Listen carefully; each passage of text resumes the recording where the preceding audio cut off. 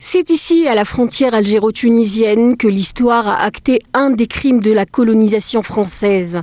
Un crime colonial sur le territoire d'un État souverain, venu confirmer une énième fois la condescendance et la sauvagerie d'une armée française assoiffée de sang. Le 8 février 1958 a eu lieu le massacre de Sarid Sidi Youssef. Un village tunisien frontalier de l'Algérie est bombardé par l'aviation française. Le bilan est lourd. 79 morts, dont une douzaine d'élèves, et 148 blessés parmi les civils tunisiens et algériens.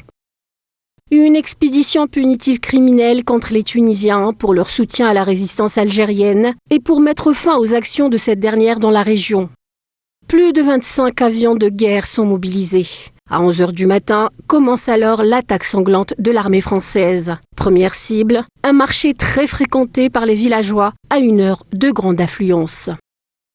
Ensuite, 3 escadrilles de 7 bombardiers chacune, des A-26, bombardent tour à tour le village durant une heure, puis l'armée coloniale s'en prend aux installations de l'armée de libération nationale. Ce sanglant et tragique événement prend une tournure internationale quand la Tunisie décide de rompre ses relations diplomatiques avec la France et dépose plainte auprès de l'ONU. Cette attaque militaire fut alors considérée comme un précédent grave en raison de la répression violente exercée par la puissance coloniale, suscitant de vives réactions et une vague de condamnations. Cette tragédie dont la France a été l'architecte n'a fait que renforcer les liens entre deux peuples frères liés à tout jamais par l'histoire et le sang. Deux peuples frères d'armes qui ont lutté ensemble pour se défaire du joug colonial au nom de la liberté et de la dignité.